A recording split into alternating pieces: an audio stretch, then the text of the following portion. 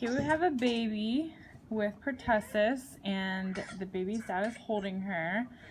Just a little background on pertussis. Pertussis is a contagious respiratory tract disease that is often referred to as whooping cough due to its characteristic symptom.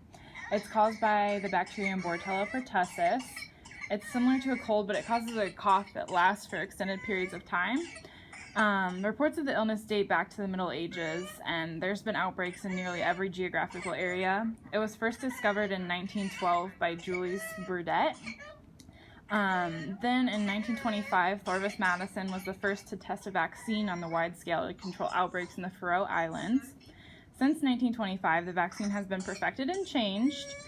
In 1948, diphtheria and tetanus toxoids were combined with pertussis to create the first DTP combination vaccine that we use today.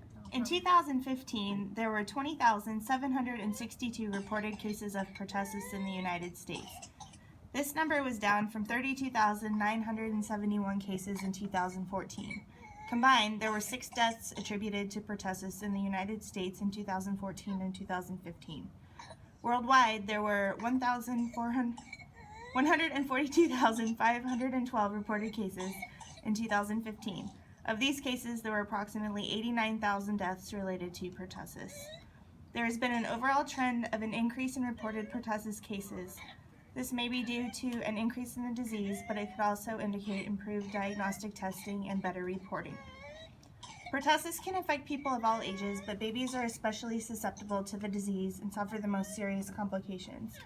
There are more reported cases of pertussis in school-aged children, but about half of the children under 1 year of age who contract pertussis will need to be hospitalized. Complications are less severe as children get older. Babies are more susceptible to infection because their immune systems are not fully developed. Also, they cannot receive their first Tdap vaccine until they are 2 months old. Hi, I'm Nurse Angie. Hi, I'm the baby's mom. Hi, baby's mom. I'm here to talk to you today about how you can prevent whooping cough. Okay. The best way to prevent pertussis is to get vaccinated, but for those who can't be vaccinated, such as little babies, it's best to stay away from infected people.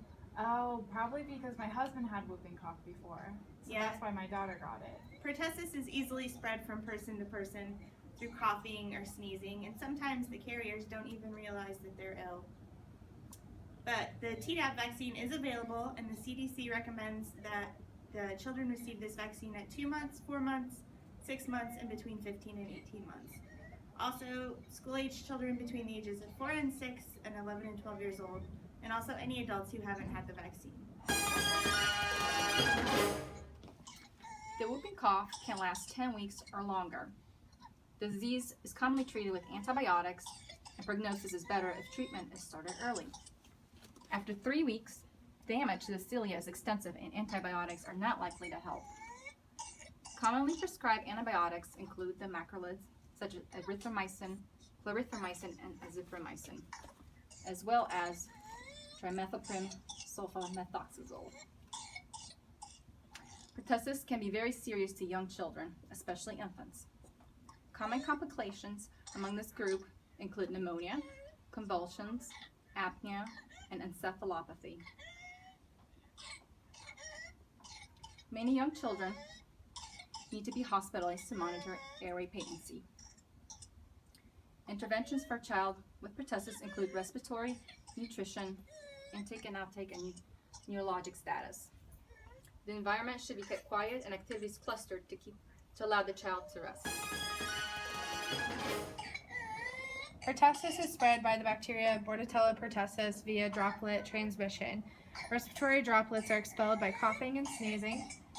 These droplets are in the air and can become breathed in by those nearby the infected patient. The infection then develops in the new host. Symptoms with this, most notable symptom of pertussis is an intense, forceful cough, as heard here. Breathing in after each cough creates a whooping sound and is typically seen in infants and children. Coughing can become more frequent at night, and vomiting can occur with the cough. It progresses in 3 stages. There's catarrhal, paroxysmal, and convalescent. In the first stage, which is the catarrhal, a patient will present with what looks like a mild upper respiratory infection. The signs and symptoms seen are mild to no fever, watery eyes, a non-productive cough, and a runny nose. This stage occurs during the first 14 days of infection. The second stage, which is the paroxysmal stage, usually occurs between weeks 2 and 10 of infection.